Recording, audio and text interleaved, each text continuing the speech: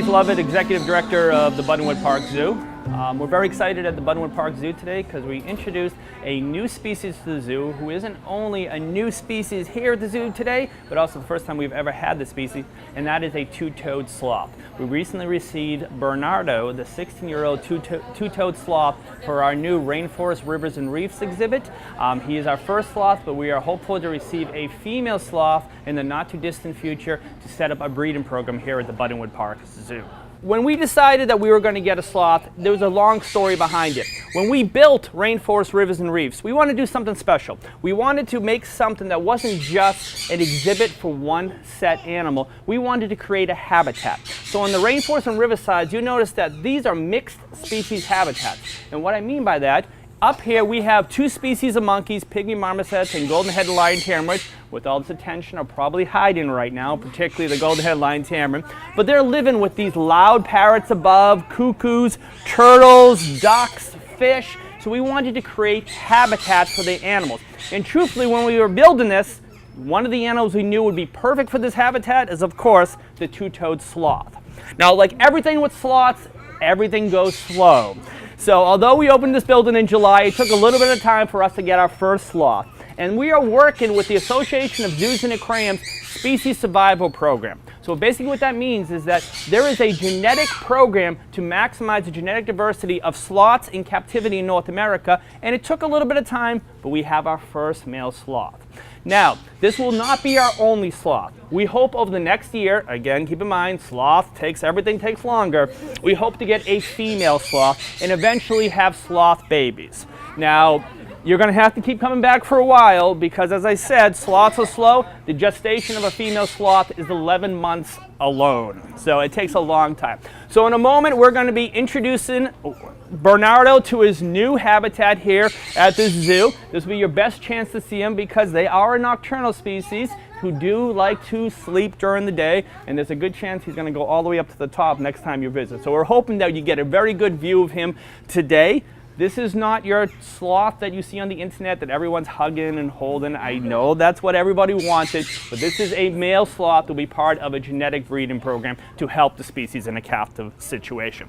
I will be available after, staff will be available after if you have any questions about our sloth. But with that, I'm going to have them start introducing Bernardo to his new habitat, and of course be patient because it may take a little bit of time for him to come out of his cradle. You will notice when he comes out, he is called the two-toed sloth. Okay? It's actually not his toes that are toed, okay? His rear feet, his hind limbs have 3 claws, and it's his front feet that have the 2 claws. A three-toed sloth, which is another type of sloth, they have 3 on the front limbs. There he comes. You can see those two claws coming out now.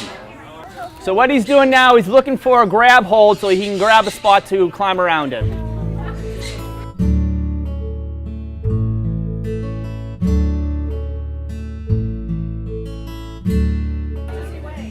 He weighs about 18 pounds. There you go. And as predicted, there's a pygmy marmoset right in front of him who probably hasn't noticed that there is a slow intruder. But as expected from the sloth, he goes to the highest point. So this is what he is doing now. Bernardo is climbing to the highest point. And believe it or not, they only go to the bathroom about once a week. They come to the ground and go to the bathroom about once a week. So typically if you see a sloth in the ground, it's going to the bathroom. It's that time of week, guys. And though it may make some of us very uncomfortable today with our jackets on, the humidity in this building is perfectly designed for species like the two-toed sloth. In the wild, they move so slow, they actually grow algae on their coats.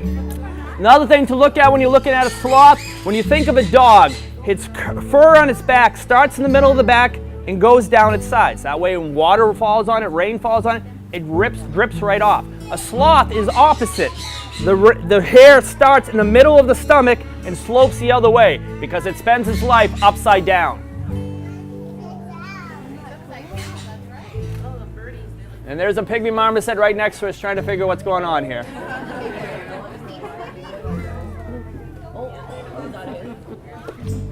So that is a sloth at about full gallop right now.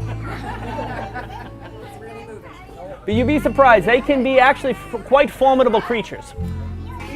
So the question we have, what do they eat? In a wild situation, they're going to eat a lot of different types of leaves and a lot of different types of fruits. They eat more leaves than fruits. Part of the reason they are so slow is it takes them forever to digest the food because a lot of their diet is lower nutrition types of leaves you will find in the forest.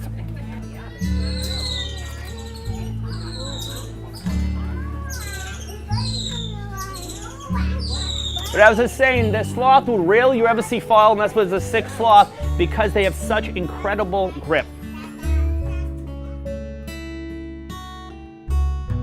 Well, we've only had Bernardo in there for a few minutes and already he's getting very comfortable in there. The other animals getting comfortable in there. So we're very excited about how this is going to work out, not only for the sloth, but for the visitors of the zoo as well.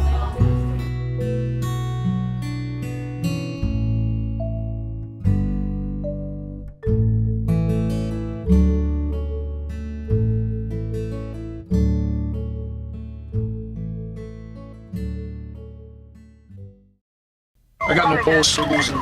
Sure, he's in beefing. Shocking. Drives it road all the time. Just had a few drinks. Just can't be happening. Are we clear? Clear. We're just buzzed. Just buzzed. You didn't tell us that, sir. You're right, this isn't happening. You'll be fine. I feel good. Really? No, not really. Buzz driving. Clear. Maybe we should stop acting like it's no big deal. Beefing. Shocking.